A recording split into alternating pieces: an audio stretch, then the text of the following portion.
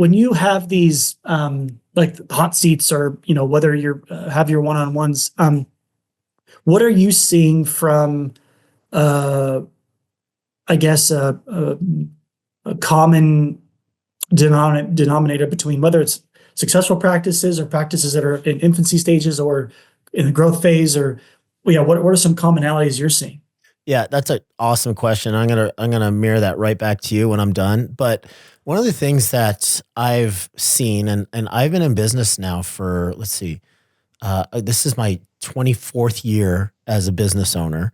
And I got to say, a lot of it was just blind, like feeling, like literally feeling my way in the dark because I didn't have, mentors that understood the business. There weren't really any kind of really great programs that I connected with, and I learned a very particular way, and I learned through collaboration and mentorship and ongoing kind of a modeling of a successful kind of enterprise. And I couldn't find anything like that in the beginning. So I was looking outside of dentistry for my mentors and people that could kind of show me the way. And that was great for marketing purposes and general business. But like, I feel as though we had to create a curriculum that taught people the lessons that I had to pay the hard way in the trenches, with lots of frustration and lots of hours of hopelessness and lots of money lost because I just didn't know the right way. So we put something together where we put a lot of smart people together. We collaborated, we shared best practices, because you and I always say, like, if it was just up to like 3 or 4 people that were coaching, it would be a very, very limited amount of information and value that came from that.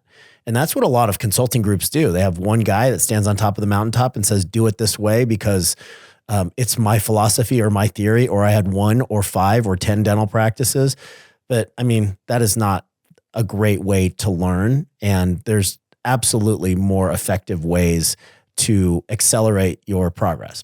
So one of the things that I've found over the years and kind of looking around and seeing what's working and what's not is that, to your question, like, what are some of the commonalities between people that are struggling and people that aren't, is there's often a lot of the same challenges and frustrations.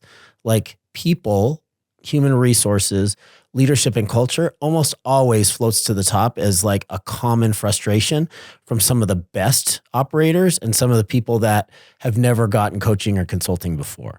It is a commonality across people. You can't change people, but you can change the environment and upon which they interact and the values upon which that they agree to.